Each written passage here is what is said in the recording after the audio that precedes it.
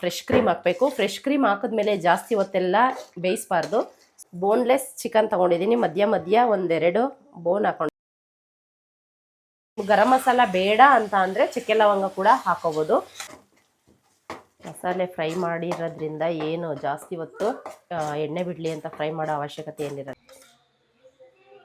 ಮೊಸರಲ್ಲಿ chicken ನೆಂದರೆ ಬೇಗ soft ಆಗುತ್ತೆ. ಇದಕ್ಕೆ ಬೇಕಂದರೆ ಚಕ್ಕೆ ಲವಂಗ ಸೋಂಪು ಎಲ್ಲ ಹಾಕ್ಬೋದು. ಚೆನ್ನಾಗಿ ಕಲರ್ ಬಂದಿದೆ. ಬಟರ್ ಜೊತೆ ನೀಟಾಗಿ ಚಿಕನ್ನೆಲ್ಲ ಬೇಯಲಿ. ಹಾಯ್ ಹಲೋ ಎಲ್ರಿಗೂ ನಮಸ್ಕಾರ. ವೆಲ್ಕಮ್ ಟು ಆಶಾ ಅಡುಗೆ ಮನೆ ಯೂಟ್ಯೂಬ್ ಚಾನಲ್. ತುಂಬ ದಿನ ಆದಮೇಲೆ ನಾನು ಕುಕ್ಕಿಂಗ್ ಮಾಡ್ತಾಯಿದ್ದೀನಿ. ಒಂದು ವಾರ 15 ಡೇಸೇ ಆಯಿತು ನಾನು ರೆಸಿಪೀಸ್ ಮಾಡಿ. ಬರೀ ಬೇರೆ ಬೇರೆ ವ್ಲಾಗ್ಸೇ ಆಗ್ತಾಯಿದ್ದೆ. ಸೊ ಇವತ್ತು ನಾನು ಕುಕ್ಕಿಂಗ್ ಮಾಡ್ತಾಯಿದ್ದೀನಿ. ಏನು ಮಾಡ್ತಾಯಿದ್ದೀನಿ ಅಂತ ತೋರಿಸ್ತೀನಿ ಬನ್ನಿ. ಇಲ್ಲಿ ನಾನು ಬೋನ್ಲೆಸ್ ಚಿಕನ್ ತೊಗೊಂಡಿದ್ದೀನಿ. ಏನಂತೀಯ ಅಂತ ಅಂದರೆ ಬಟರ್ ಚಿಕನ್ ಮಾಡ್ತಾಯಿದ್ದೀನಿ. ಸೊ ಬಟರ್ ಚಿಕನ್ ಮಾಡೋದಕ್ಕೆ ಏನೇನು ಐಟಮ್ಸ್ ತೊಗೊಂಡಿದ್ದೀನಿ ಅಂತ ತೋರಿಸ್ತೀನಿ. ಇಲ್ಲಿ ಗೋಡಂಬಿ, ಇದು ಗರಂ ಮಸಾಲ, ಮತ್ತು ಇದು ಪಲಾವ್ ಎಲೆ, ಇದು ಏಲಕ್ಕಿ, ಮತ್ತು ಇದು ಕಪ್ಪು ಏಲಕ್ಕಿ ಅಂತಾರಲ್ಲ ಅದು, ಮತ್ತು ಇಲ್ಲಿ ಶುಂಠಿ ಬೆಳ್ಳುಳ್ಳಿ ಪೇಸ್ಟು, ಅರಶಿನ, ಚಿಲ್ಲಿ ಪೌಡರು, ಉಪ್ಪು, ಕಸೂರಿ ಮೇಥಿ, ನಿಂಬೆಹಣ್ಣು, ಮತ್ತು ಇಲ್ಲಿ ಮಸಾಲೆಗೆ ಈರುಳ್ಳಿ, ಟೊಮೊಟೊ, ಶುಂಠಿ, ಬೆಳ್ಳುಳ್ಳಿ ಮತ್ತು ಮೊಸರು. ಮೇಯ್ನಾಗಿ ಬಟರ್ ಚಿಕನ್ಗೆ ಅಮೂಲ್ ಬಟರ್ ತೊಗೊಂಡಿದ್ದೀನಿ ನಾನು. ಮತ್ತು ಇಲ್ಲಿ ಫ್ರೆಶ್ ಕ್ರೀಮು. ಬಟರ್ ಬೇಡ ಅಂತ ಅನ್ನೋರು ಆಲ್ಟರ್ನೇಟಾಗಿ ಆಯಿಲ್ ಕೂಡ ಹಾಕೋಬೋದು. ಸೊ ಬಟರ್ ಚಿಕನ್ ಆಗಿರೋದ್ರಿಂದ ಬಟರ್ ಹಾಕಿದ್ರೆ ತುಂಬ ಟೇಸ್ಟಾಗಿ ಚೆನ್ನಾಗಿರುತ್ತೆ. ಇಲ್ಲಿ ನಾನು ಬೋನ್ಲೆಸ್ ಚಿಕನ್ ತೊಗೊಂಡಿದ್ದೀನಿ. ಮಧ್ಯ ಮಧ್ಯ ಒಂದೆರಡು ಬೋನ್ ಹಾಕ್ಕೊಂಡಿದ್ದೀನಿ. ಏಕೆಂದರೆ ನಮಗೆ ಬೋನ್ಲೆಸ್ ರಬ್ಬರ್ ಪೀಸ್ ಥರ ಇರುತ್ತೆ. ಸೊ ಅದನ್ನು ತಿನ್ನೋಕ್ಕಾಗಲ್ಲ ಅಲ್ಲ, ಅದಕ್ಕೋಸ್ಕರ ಮಧ್ಯ ಮಧ್ಯ ಒಂದೆರಡು ಬೋನು ಕೂಡ ಹಾಕ್ಕೊಂಡಿದ್ದೀನಿ. ನಿಮಗೆ ಬೇಕಾದರೆ ಹಾಕ್ಕೊಳ್ಳಿ, ಇಲ್ಲಾಂದರೆ ಫುಲ್ ಬೋನ್ಲೆಸ್ನೇ ತೊಗೊಳ್ಳಿ. ಇದನ್ನು ಸಣ್ಣದಾಗಿ ಕಟ್ ಮಾಡಿ ಇಟ್ಕೊಂಡಿದ್ದೀನಿ. ಫಸ್ಟು ಇವಾಗ ಚಿಕನ್ನ ನಾವು ಮ್ಯಾರಿನೇಟ್ ಮಾಡಿಡಬೇಕು. ಇದಕ್ಕೆ ನಾನು ಏನೇನು ಹಾಕ್ತೀನಿ ಅಂತ ಅಂದರೆ ಶುಂಠಿ ಬೆಳ್ಳುಳ್ಳಿ ಪೇಸ್ಟು,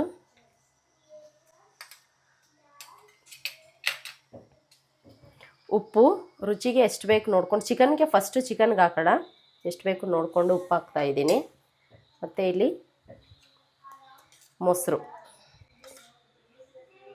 ಮೊಸರಲ್ಲಿ ಚಿಕನ್ನು ನೆಂದರೆ ಬೇಗ ಸಾಫ್ಟ್ ಆಗುತ್ತೆ. ಸೊ ಅದಕ್ಕೆ ಇಲ್ಲಿ ಅರಶಿನ,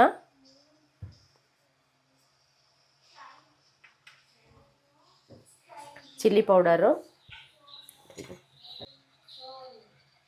ಖಾರಕ್ಕೆ ಎಷ್ಟು ಬೇಕು ನೋಡಿಕೊಂಡು ಚಿಲ್ಲಿ ಪೌಡ್ರ್ ಹಾಕಿ. ಮತ್ತು ಇಲ್ಲಿ ನಾನು 2 ಸ್ಪೂನು ಚಿಲ್ಲಿ ಪೌಡ್ರ್ ಹಾಕಿದ್ದೀನಿ, 1 ಸ್ಪೂನು ಗರಂ ಮಸಾಲ ಹಾಕ್ತೀನಿ. ಇವಾಗ ಇದಿಷ್ಟನ್ನು ನೀಟಾಗಿ ಕಲಸೋಣ. ಎಲ್ಲದಕ್ಕೂ ಮಸಾಲೆ ಹಿಡಿಯೋ ಹಾಗೆ ಕಲಸಿಟ್ರೆ ಚೆನ್ನಾಗಿ ನೆಂತ್ಕೊಳ್ಳುತ್ತೆ.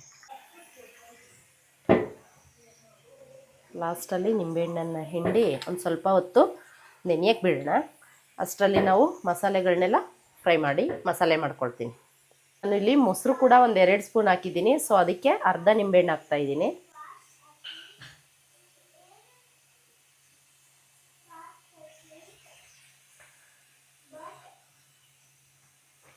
ಕಲಿಸ್ಬಿಟ್ಟು ಮುಚ್ಚಿ ಇಡೋಣ.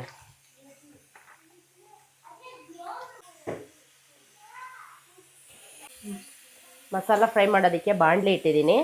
ಇದರಲ್ಲಿ ಸ್ವಲ್ಪ ಬಟರ್ ಹಾಕ್ತಾಯಿದ್ದೀನಿ. ಬಟರ್ ಇಷ್ಟ ಇಲ್ಲ ಅಂತ ಅನ್ನೋರು ಎಣ್ಣೆ ಕೂಡ ಹಾಕೋಬೋದು. ಸೊ ನನ್ನ ಜೊತೆಗೆ ಸ್ವಲ್ಪ ಎಣ್ಣೆನೂ ಕೂಡ ಹಾಕ್ತಾಯಿದ್ದೀನಿ. ಬರೀ ಬಟರೇ ಆದರೆ ಅದು ಮುಕ್ಕೊಡ್ದಂಗೆ ಆಗುತ್ತಲ್ಲ, ಸೊ ಅದಕ್ಕೆ ಆನಿಯನ್ ಎಲ್ಲ ನೀಟಾಗಿ ಫ್ರೈ ಆಗಲ್ಲ. ಸೊ ಅದಕ್ಕೆ ಸ್ವಲ್ಪ ಎಣ್ಣೆನೂ ಕೂಡ ಹಾಕಿದ್ದೀನಿ.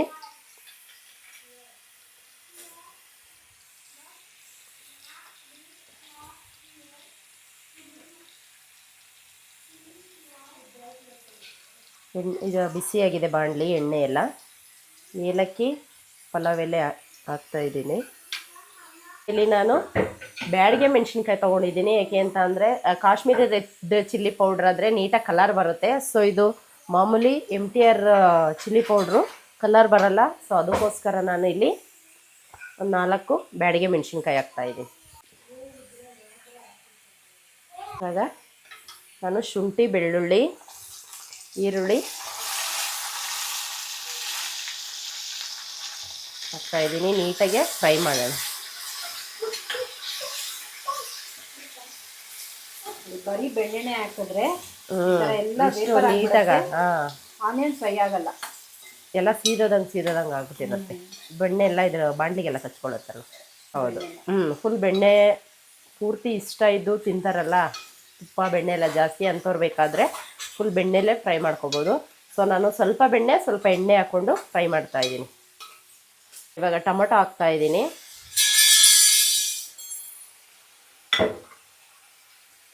ಜೊತೆಗೆ ಗೋಡಂಬಿ ಕೂಡ ಹಾಕ್ತಾ ಇದ್ದೀನಿ, ನೀಟಾಗಿ ಫ್ರೈ ಆಗಲಿ ಅಂತ.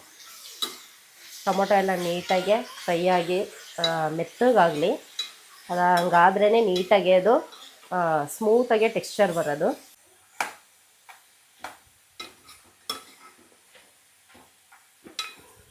ಬೇಕಂದರೆ ಚಕ್ಕೆ ಲವಂಗ ಸೋಂಪು ಎಲ್ಲ ಹಾಕ್ಬೋದು. ಸೊ ನಾನು ಚಕ್ಕೆ ಲವಂಗ ಯೂಸ್ ಮಾಡ್ತಾ ಇಲ್ಲ, ಗರಂ ಮಸಾಲ ಯೂಸ್ ಮಾಡ್ತಾ ಇದ್ದೀನಿ. ನಿಮ್ಗೆ ಗರಂ ಮಸಾಲ ಬೇಡ ಅಂತ ಅಂದರೆ ಚಕ್ಕೆ ಲವಂಗ ಕೂಡ ಹಾಕೋಬೋದು, ಎರಡರಲ್ಲಿ ಒಂದು ಹಾಕೋಬೋದು ಆಪ್ಷನ್ ಆಗಿ.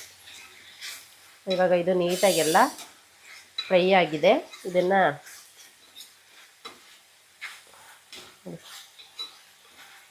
ಇಷ್ಟು ಎಣ್ಣೆನೂ ಬಿಡ್ತಾ ಇರಲಿಲ್ಲ ಅಲ್ಲ, ಎಣ್ಣೆ ಹಾಕಿರ್ತಿಲ್ಲ ಅಂದಿದ್ರೆ. ಇವಾಗ ನೀಟಾಗಿ ಎಲ್ಲ ಟೊಮೊಟೊ ಎಲ್ಲ ಸ್ಮ್ಯಾಶ್ ಆಗಿ ಫ್ರೈ ಆಗಿದೆ.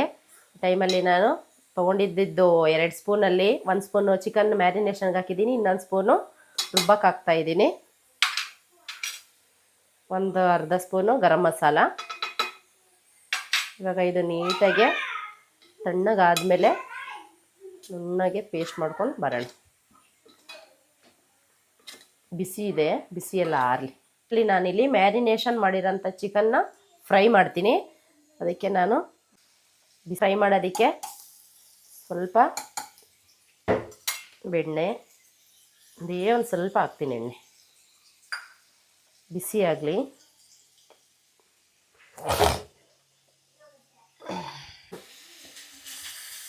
ಇದು ಬಟರಲ್ಲೆಲ್ಲ ನೀಟಾಗೆ ಸ್ವಲ್ಪ ನೀರು ಬಿಟ್ಕೊಳುತ್ತಲ್ಲ, ಸೊ ಮಸಾಲೆ ಎಲ್ಲ ಹಿಡ್ದಿರೋದೆಲ್ಲ ಅದು ಬಿಟ್ಟು ಒಂದು ಹಾಫ್ ಬಾಯ್ಲ್ ಆಗಲಿ. ಸ್ವಲ್ಪ ಮಿಕ್ಸ್ ಮಾಡೋಣ. ಬಟರ್ ಜೊತೆ ನೀಟಾಗೆ ಚಿಕನ್ನೆಲ್ಲ ಬೇಯಲಿ.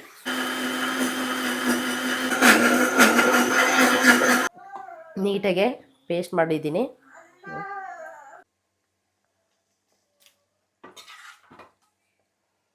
ಹಾಫ್ ಬಾಯ್ಲ್ಡ್ ಆಗಲೇ ಅಷ್ಟು ಚೆನ್ನಾಗಿ ಕಲರ್ ಬಂದಿದೆ.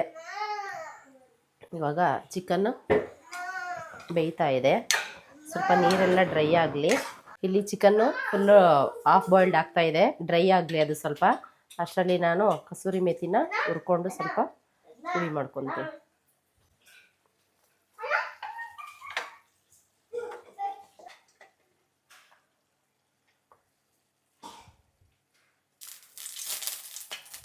ನಾನು ಬಟರ್ನ ಚಿಕನ್ ಬೇಯೋಕ್ಕೂ ಹಾಕಿದ್ದೀನಿ ಮತ್ತು ಮಸಾಲೆ ಫ್ರೈ ಮಾಡೋಕ್ಕೂ ಹಾಕಿದ್ದೀನಿ. ಸೊ ಜಾಸ್ತಿ ಆದರೆ ತಿನ್ನೋಕ್ಕಾಗಲ್ಲ, ನಮ್ಮ ಮನೇಲಿ ಯಾರು ಬಟರ್ ತಿನ್ನಲ್ಲ. ಸೊ ಅದಕ್ಕೆ ನಾನಿಲ್ಲಿ ಫ್ರೈಗೆ ಮಾಡೋದಕ್ಕೆ ನಾನು ಸ್ವಲ್ಪ ಎಣ್ಣೆನೇ ಹಾಕಿದ್ದೀನಿ. ಎಣ್ಣೆ ಬಿಸಿ ಆಗಲಿ. ಒಂದು ಪಲಾವ್ ಎಲೆ, ಒಂದು ಏಲಕ್ಕಿ,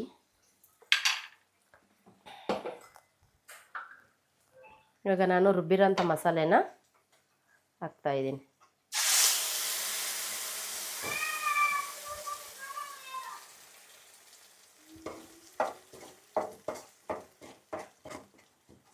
ಮಸಾಲೆ ಫ್ರೈ ಮಾಡಿರೋದ್ರಿಂದ ಏನು ಜಾಸ್ತಿ ಹೊತ್ತು ಎಣ್ಣೆ ಬಿಡಲಿ ಅಂತ ಫ್ರೈ ಮಾಡೋ ಅವಶ್ಯಕತೆ ಏನಿರಲ್ಲ. ಅದು ಒಂದು ಕುದಿ ಬಂದಮೇಲೆ ಈ ಚಿಕನ್ನ ಎತ್ತಿದ್ರೊಳಗಡೆ ಹಾಕಿದ್ರೆ ಬಟರ್ ಚಿಕನ್ನು ರೆಡಿಯಾಗುತ್ತೆ. ನಮಗೆ ಇದು ತಿಕ್ಕಾಗೇ ಇರಬೇಕು, ಸೊ ಜಾಸ್ತಿ ತೆಳ್ಳಗೆಲ್ಲ ಮಾಡ್ಕೋಬಾರ್ದು. ತುಂಬ ಚೆನ್ನಾಗಿರುತ್ತೆ, ಟೇಸ್ಟಿಯಾಗಿ. ಮಿಕ್ಸಿ ಜಾರಲ್ಲಿದ್ದಂತಹ ಮಸಾಲೆಗೆ ಸ್ವಲ್ಪ ನೀರು ಹಾಕ್ಕೊಂಡು ನಾನು ಸೇರಿಸ್ತಾ ಇದ್ದೀನಿ. ಸಾಲ್ಟು ಬಟರಲ್ಲೂ ಕೂಡ ಸಾಲ್ಟ್ ಇರುತ್ತೆ. ನಾನು ಚಿಕನ್ ಮ್ಯಾರಿನೇಷನ್ ಮಾಡಬೇಕಾದ್ರೂ ಸಾಲ್ಟ್ ಹಾಕಿದ್ದೆ. ಸಾಲ್ಟ್ನ ನೋಡಿಕೊಂಡು ಒಂದು ಮಸಾಲೆ ಕುದಿ ಬಂದಮೇಲೆ ಚಿಕನ್ ಹಾಕ್ತೀವಲ್ವ, ಆವಾಗ ನೋಡ್ಕೊಂಡು ಬೇಕಾದರೆ ಸಾಲ್ಟ್ ಹಾಕ್ಕೊಳ್ಳೋಣ.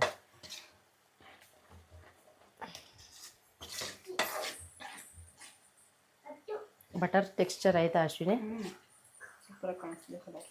ತುಂಬ ಗಟ್ಟಿ ಆಯಿತು. ಸೊ ಅದಕ್ಕೆ ಸ್ವಲ್ಪ ಇನ್ನೊಂದು ಸ್ವಲ್ಪ ನೀರು ಹಾಕ್ಕೊಂಡು ನೋಡೋಕೆ ಮಾತ್ರ ಕಲರ್ ಸಕ್ಕತ್ತಾಗಿ ಕಾಣಿಸ್ತಾ ಇದೆ. ಆವಾಗಲೇ ತುಂಬ ಗಟ್ಟಿ ಇತ್ತು, ಸ್ವಲ್ಪ ನೀರು ಹಾಕಿದ್ದೀನಿ. ಇವಾಗ ನೀಟಾಗಿ ಆಗಿದೆ. ಈ ಕನ್ಸಿಸ್ಟೆನ್ಸಿ ಇದ್ದರೆ ಸಾಕು. ನೋಡಿ, ಈ ಕಡೆ ನೀಟಾಗಿ ಕುದೀತಾ ಇದೆ. ಇವಾಗ ಇದನ್ನೆತ್ತಿ ಈ ಮಸಾಲೆ ಒಳಗಡೆ ಹಾಕಿ ಹಾಫ್ ಬಾಯ್ಲ್ಡ್ ಆಗಲೇ ಬೆಂದಿದೆ, ಚಿಕನ್ ಅರ್ಧ ಬೆಂದಿದೆ. ಸೊ ಇನ್ನೊಂದು 2-3 ಕುದಿದ್ರೆ ಮಸಾಲೆ ಎಲ್ಲ ಹಿಡ್ಕೊಂಡು ಬಟರ್ ಚಿಕನ್ ರೆಡಿಯಾಗುತ್ತೆ. ಚಿಕನ್ ಹಾಕಿದ್ದೀನಿ, ನೀಟಾಗಿ ಬೇಯ್ತಾ ಇರಲಿ. ಈ ಟೈಮಲ್ಲಿ ನಾನು ಕೊತ್ತಂಬರಿ ಸೊಪ್ಪು ಮತ್ತು ಕಸೂರಿ ಮೇಥಿನ ಬಿಸಿ ಮಾಡಿಕೊಂಡು ಹುರ್ಕೊಂಡು ಇದು ಪೌಡ್ರ್ ಮಾಡ್ಕೊಂಡಿದ್ದೆ. ಸೊ ಇವಾಗ ನಾನು ಅದನ್ನು ಹಾಕ್ತಾಯಿದ್ದೀನಿ. ಇವಾಗ ಇದು ಒಂದು 10 ನಿಮಿಷ ಬೇಯಲಿ. ಇದಾದಮೇಲೆ ನಾನು ಫ್ರೆಶ್ ಕ್ರೀಮ್ ಹಾಕಬೇಕು. ಫ್ರೆಶ್ ಕ್ರೀಮ್ ಹಾಕಿದ್ಮೇಲೆ ಜಾಸ್ತಿ ಹೊತ್ತೆಲ್ಲ ಬೇಯಿಸಬಾರ್ದು. ಸೊ ಇವಾಗ ಚಿಕನ್ ನೀಟಾಗಿ ಬೇಯಲಿ, ಆಮೇಲೆ ಬೇಕಾದರೆ ಫ್ರೆಶ್ ಕ್ರೀಮ್ ಹಾಕ್ಬಿಟ್ಟು ಇಳಿಸ್ಕೊಳ್ಳೋಣ. ಒಂದು 10 ನಿಮಿಷ ಬೇಯಲಿ ಇದು. ಇವಾಗ ಗಮ್ಮಂತಿದೆ ಚಿಕನ್ ಹಾಕಿದ್ಮೇಲೆ. ಉಪ್ಪು ಸ್ವಲ್ಪ ಕಡಿಮೆ ಇದೆ. ಸೊ ಟೇಸ್ಟ್ ನೋಡ್ಬಿಟ್ಟು ಇವಾಗ ಸ್ವಲ್ಪ ಅಷ್ಟೇ ಉಪ್ಪು ಹಾಕ್ತಾ ಇದ್ದೀನಿ. ಜೊತೆಗೆ ಒಂದು ಅರ್ಧ ಸ್ಪೂನಷ್ಟು ಶುಗರ್ನ ಹಾಕ್ತೀನಿ. ಏಕೆಂದರೆ ಉಪ್ಪು ಹುಳಿ ಖಾರ ಎಲ್ಲ ಇರುತ್ತಲ್ಲ, ಸೊ ಅದಕ್ಕೋಸ್ಕರ ಶುಗರ್ನ ಆ್ಯಡ್ ಮಾಡಬೇಕು. ಅದು ಬಟರ್ ಚಿಕನ್ನು ತಿನ್ನಬೇಕಾದ್ರೆ ಸ್ವೀಟ್ನೆಸ್ ಕೊಡಬೇಕಲ್ಲ, ಸೊ ಅದಕ್ಕೋಸ್ಕರ ಒಂದು ಅರ್ಧ ಸ್ಪೂನಷ್ಟು ಶುಗರ್ ಹಾಕ್ತಾಯಿದ್ದೀನಿ. ಇವಾಗ ನೀಟಾಗೆ ಮಿಕ್ಸ್ ಮಾಡಿ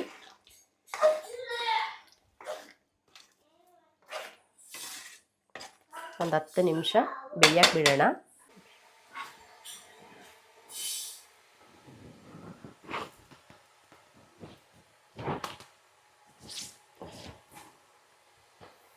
ಇವಾಗ ಬೆಂದು ಎಣ್ಣೆ ಬಿಟ್ಟಿದೆ ಮಸಾಲೆ ಎಲ್ಲ.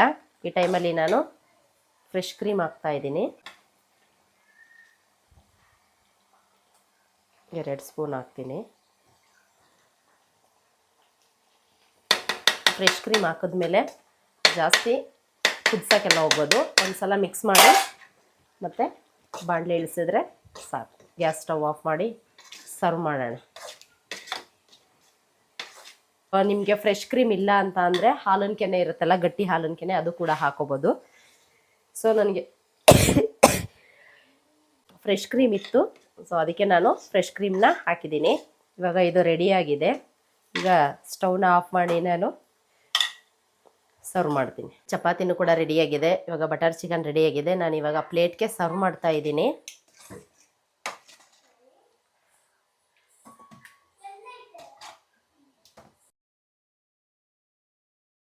ಮನೆಯಲ್ಲೇ ಇರುವಂತಹ ಐಟಮ್ಗಳನ್ನ ಯೂಸ್ ಮಾಡಿಕೊಂಡು ಸಿಂಪಲ್ಲಾಗಿ ರೆಸ್ಟೋರೆಂಟ್ ಸ್ಟೈಲಲ್ಲಿ ನಾನು ಬಟರ್ ಚಿಕನ್ನ ಮಾಡಿದ್ದೀನಿ. ಈ ರೆಸಿಪಿ ನಿಮಗೂ ಇಷ್ಟ ಆದರೆ ನೀವು ಟ್ರೈ ಮಾಡಿ. ಹೇಗೆ ಬಂದಿತ್ತು ಅಂತ ಕಮೆಂಟ್ ಮಾಡಿ, ಲೈಕ್ ಮಾಡಿ, ಶೇರ್ ಮಾಡಿ, ಮತ್ತು ಚಾನಲ್ನ ಸಬ್ಸ್ಕ್ರೈಬ್ ಮಾಡ್ಕೊಂಡು ನೋಡಿ. ಮುಂದಿನ ವಿಡಿಯೋದಲ್ಲಿ ಸಿಗ್ತೀನಿ. ಅಲ್ಲಿವರೆಗೂ ನೋಡ್ತಾ ಇರಿ ಆಶಾ ಅಡುಗೆ ಮನೆ ಯೂಟ್ಯೂಬ್ ಚಾನಲ್.